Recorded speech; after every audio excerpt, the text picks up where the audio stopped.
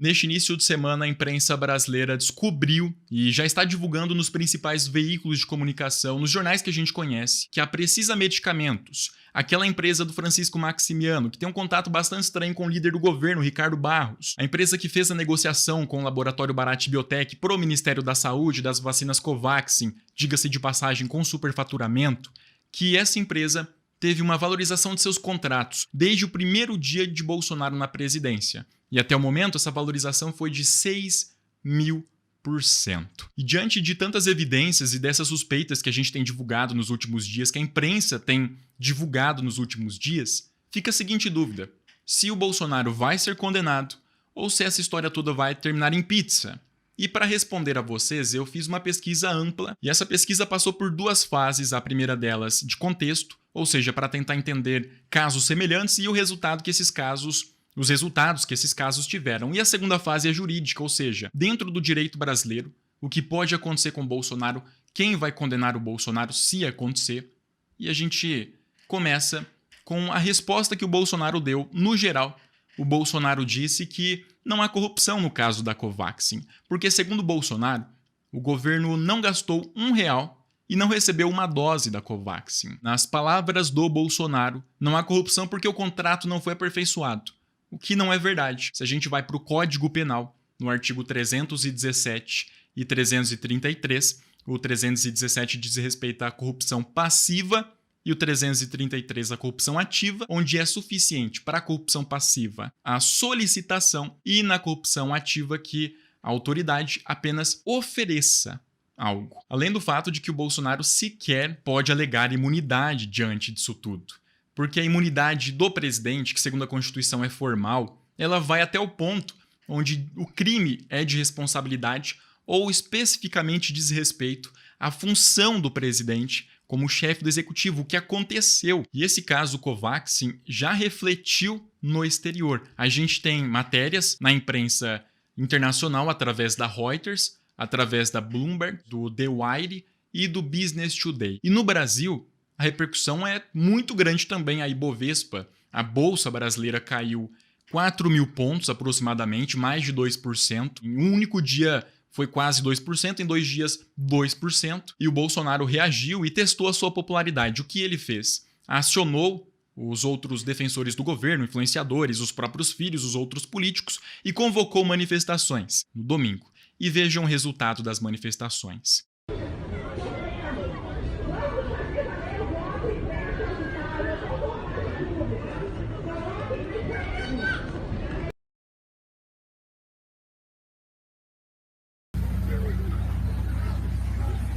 Cadê o povo, meu Deus, que não vem? O último gado até se questionou, né? Cadê o povo? É de fato, meu amigo, o povo que estava do lado do Bolsonaro não é mais povo, é meia dúzia de desinformados, porque o apoio do Bolsonaro acabou. E esse é um dos reflexos que a gente tem aqui no Brasil da Covaxin, desse escândalo todo. E surgiram outras revelações graças ao escândalo da Covaxin, por conta dessa linha de investigação, a Follow the Money, onde você tenta encontrar a origem do dinheiro e para onde esse dinheiro foi. A imprensa encontrou a vacina chinesa CanSino. Essa vacina também teve um superfaturamento de 500%. O contrato teve uma negociação que foi intermediada por uma empresa privada. Percebam que os dois únicos contratos de vacinas que foram intermediados por empresas privadas também estão superfaturados. E isso revela um pouco mais dessa corrupção do governo. A gente tem até o momento a Covaxin e a CanSino. Até semana passada não tínhamos nada disso.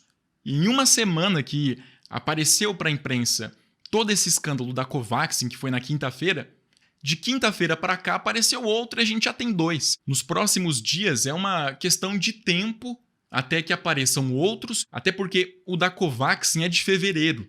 E esse da CanSino também não é recente. Estão sendo desenterrados esses casos. E esse específico da CanSino, a gente tem uma negociação que foi intermediada por uma empresa privada. A vacina, especificamente, era do interesse de Luciano Heng e de Carlos Wizard. Inclusive, o Luciano Heng e o Carlos Wizard participaram de uma live recentemente com um dos sócios da Belker Farmacêutica. E a Belker Farmacêutica foi alvo da Polícia Federal na operação do falso negativo lá do Distrito Federal, onde também foi alvo a Precisa Medicamentos. Fora essa ligação, a gente tem o fato de que a Belker está na mesma suspeita de superfaturamento da Precisa Medicamentos, e a Precisa Medicamentos, o dono, tem uma ligação muito grande com o Ricardo Barros, até por conta da aprovação daquela emenda aditiva do Ricardo Barros para a Índia, para laboratórios indianos, a medida provisória 1026, de 5 de fevereiro. E um ponto que a Belker, essa empresa que negociou a vacina mais recente, que apareceu com suspeita de superfaturamento, a CanSino, da China, ela é de Maringá. E quem mais é de Maringá? O senhor Ricardo Barros. Também é de Maringá. E o Ricardo Barros, ele tem uma atuação bastante característica. Ele sempre faz o intermédio, ele sempre faz o meio campo. Poucas pessoas sabem disso e eu vou espalhar aqui para vocês, com muito prazer, que o Barros ele foi delatado por 2 executivos da Galvão Engenharia. E esses 2 executivos da Galvão Engenharia disseram que eles passaram para o Barros, no governo do Beto Richa, aqui no Paraná, um total de 5 milhões de reais. 1,5 milhão em espécie e 3,5 milhões para campanha, de doação de campanha. Isso tudo para o Barros viabilizar a compra por parte da Copel de empresas que estavam indo à falência ou que não tinham perspectivas de crescimento no ramo. Não posso afirmar, para não tomar um processo. Então é tudo uma hipótese. Mas a questão é que já está gerando repercussão no governo federal. Bolsonaro teme pelo que vai aparecer nas próximas semanas. Porque, por exemplo, o irmão do Luiz Miranda, o Ricardo Miranda, que não é político, que é servidor de carreira do Ministério da Saúde, que é concursado, ele foi bloqueado do sistema do Ministério da Saúde para não ter acesso às informações do governo federal. Isso é crime, não pode acontecer. O Luiz Roberto Miranda é um servidor de carreira, portanto a gente percebe o desespero do governo federal. Enfim, dito tudo isso, a resposta para toda essa história, se vai dar em pizza ou não o escândalo da Covaxin, é a seguinte: a gente tem 2 caminhos.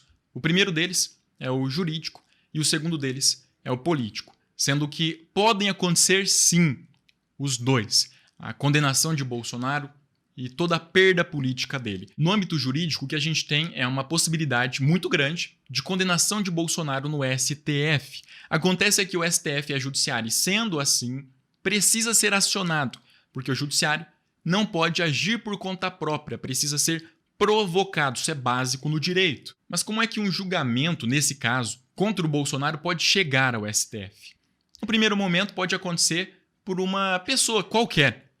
Uma pessoa qualquer pode pedir à Câmara dos Deputados para avaliar isso, com aprovação de 2/3 da Casa, vai para o Senado Federal, onde o presidente deixa de ser o Rodrigo Pacheco e entra o atual do STF, o Fux. Se aprovada no Senado, o STF conclui tudo e o Bolsonaro é condenado. Mas também pode acontecer por um pedido do senhor Procurador-Geral da República, Augusto Aras, que eu desconfio bastante por se tratar de um aliado de Bolsonaro indicado fora da lista tríplice do Ministério Público. A última via, a terceira, é a mais importante.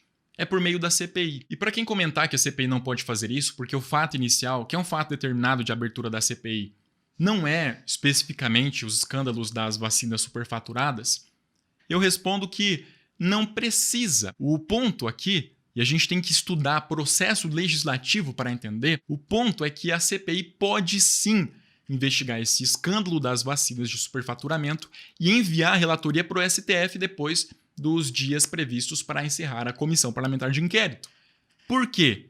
Esse fato que a gente tem em mãos das vacinas superfaturadas, ele é, primeiro, decorrente das investigações iniciais da CPI e, segundo, ele está conectado com as investigações iniciais da CPI, ao fato determinado que deu a abertura à comissão parlamentar de inquérito. Nem é necessário um aditamento, nem uma votação na casa. E para fechar esse caminho jurídico, a gente partir pro político, eu preciso acrescentar aqui um que é jurídico e político ao mesmo tempo, que é o seguinte: se as provas aparecerem de fato e se tudo for confirmado, o judiciário tem que agir. E o judiciário vai agir em favor de quem? Ou vai ser pro-Bolsonaro, limpando a barra do Bolsonaro e condenando o Ricardo Barros, ou vai ser limpando a barra do Ricardo Barros e condenando o Bolsonaro.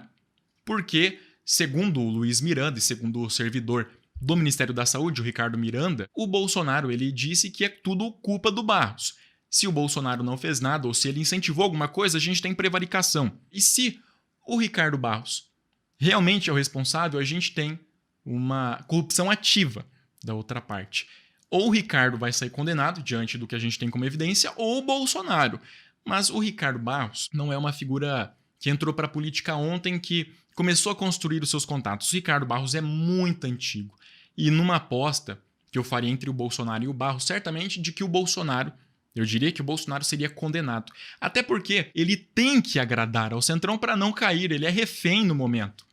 E a partir do ponto em que o Centrão pode correr o risco de ter um de seus maiores nomes, o Ricardo Barros do PP, o maior partido do Centrão e com maiores processos por corrupção da história do país, a gente vai ter o Bolsonaro sendo jogado aos leões para salvar a barra do Ricardo Barros. E no outro lado, se o Bolsonaro não for condenado, vai sobrar para o Barros. Se o Barros não for condenado, vai sobrar para o Bolsonaro. Entre os dois, eu não tenho a menor dúvida de que o Bolsonaro vai ser descartado nessa história. Vamos ao aspecto político. O Bolsonaro, ele já perdeu seus apoiadores, uma parte considerável. Dá para perceber isso por conta das manifestações deste domingo, que sequer podem ser consideradas manifestações. E o Bolsonaro também teve a sua imagem com o Centrão desgastada. Não tenha dúvidas de que, para se manter no poder, o Bolsonaro vai ter que agradar o Centrão de alguma forma. É assim que acontece. Logo no início da CPI, vocês perceberam que o Fernando Bezerra passou a defender o Bolsonaro na comissão parlamentar de inquérito e o Ciro Nogueira também. Mas logo no início da CPI, o Bolsonaro não só conversou e tomou uma cerveja com os senadores para manter o seu apoio na comissão parlamentar de inquérito. Ele entregou um cargo estratégico a um amigo do Ciro Nogueira para ter esse apoio do Centrão na CPI. De uma parte também, a outra está contra. Isso nem foi suficiente para garantir todo o apoio do Centrão. E o Bolsonaro precisou do apoio do Centrão, liberando mais emendas parlamentares do que qualquer outro governo. Liberou o dobro de Dilma e Temer somados. A gente tem o escândalo do Tratolão e etc. E mesmo com tudo isso, o Centrão não se satisfaz. A todo momento, o que o Centrão percebe é um Bolsonaro mais fraco, perdendo popularidade. Na última pesquisa foi 22% de popularidade, de aceitação do Bolsonaro, o menor desde o início do governo, e o menor disparado, com Lula liderando para ser eleito em primeiro turno. O que o Centrão vai fazer é tornar o Bolsonaro em refém mais uma vez. E para o Centrão não é algo ruim ter o Bolsonaro perdendo o poder, porque se o Bolsonaro sofrer o impeachment, ele já está fora das eleições de 2022. E o Centrão não está conseguindo emplacar o que tanto sonha, que é uma terceira via, que é um Geraldo Alckmin, qualquer nome do PSDB, PMDB. O Centrão não consegue emplacar esses nomes, porque 2022 vai ser definido entre Bolsonaro e Lula. Mas se o Bolsonaro sofrer o impeachment, ele cai desse jogo. E em 2022 vai ser definido entre Lula e a terceira via, que é alguém do Centrão. No final das contas, o que a gente tem é uma possibilidade, na minha perspectiva jurídica, não muito grande de o Bolsonaro ser condenado, por conta da Procuradoria-Geral da República aparelhada, por conta de uma base ainda existente na Câmara dos Deputados, também a necessidade disso tudo ser aprovado no Senado Federal. Na última, na terceira via, ainda há uma chance muito grande, considerando que a CPI tem o G7 e uma aprovação forte do Senado Federal contra o governo Bolsonaro, portanto uma aprovação para se investigar e condenar o governo Bolsonaro. A terceira, que é por meio da CPI, é a mais provável, não tanto quanto eu gostaria que fosse. Eu não estou aqui para dizer para vocês o que vocês querem ouvir ou o que eu quero que seja verdade. Eu estou aqui para passar a verdade como ela é, sem distorcer os fatos. Só que no aspecto político, eu fico mais animado, porque tudo leva a se entender que o Bolsonaro só vai perder nos próximos dias, nas próximas semanas. Tem esses dois casos, da Covaxin e da CanSino, que apareceram numa semana e ganharam toda a repercussão da imprensa. Até uma semana atrás a gente não tinha nada disso. E depois de uma semana apareceu a Covaxin, 3 dias depois, a CanSino. Nos próximos dias, outros casos semelhantes vão aparecer. O que a gente pode fazer da nossa parte, como há uma incerteza muito grande com relação a tudo isso, a resposta objetiva que eu entrego para vocês é: tudo depende do que o Centrão vai fazer, quer com tudo isso. É a resposta que eu posso dar.